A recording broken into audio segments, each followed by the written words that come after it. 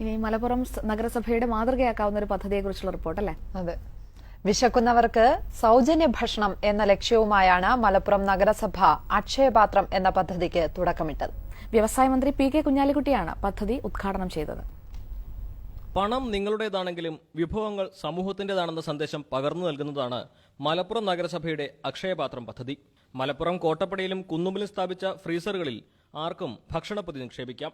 ഈ പൊതി ആവശ്യക്കാർക്കെടുക്കാം. ഫ്രീസറിൽ നിക്ഷേപിക്കുന്ന ഭക്ഷണത്തിന്റെ ഗുണനിലവാരം ഉറപ്പാക്കാനുള്ള സൗകര്യവും ഒരുക്കും. ഭക്ഷണം ആർക്കും ഉപകാരപ്പെടാതെ ഉപേക്ഷിക്കപ്പെടരുതെന്നും ആവശ്യമുള്ളവർക്ക് അത് ലഭ്യമാക്കണം എന്ന ലക്ഷ്യവുമായാണ് പദ്ധതി തുടങ്ങുന്നതെന്ന് നഗരസഭാ ചെയർമാൻ പറയുന്നു.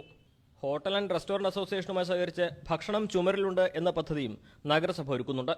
ഒരാൾ ഭക്ഷണം കഴിച്ചുകൊണ്ടിരിക്കുമ്പോൾ അവർക്ക് വേണമെങ്കിൽ ഒരു ഫുഡ് സ്പോൺസർ ചെയ്യാം.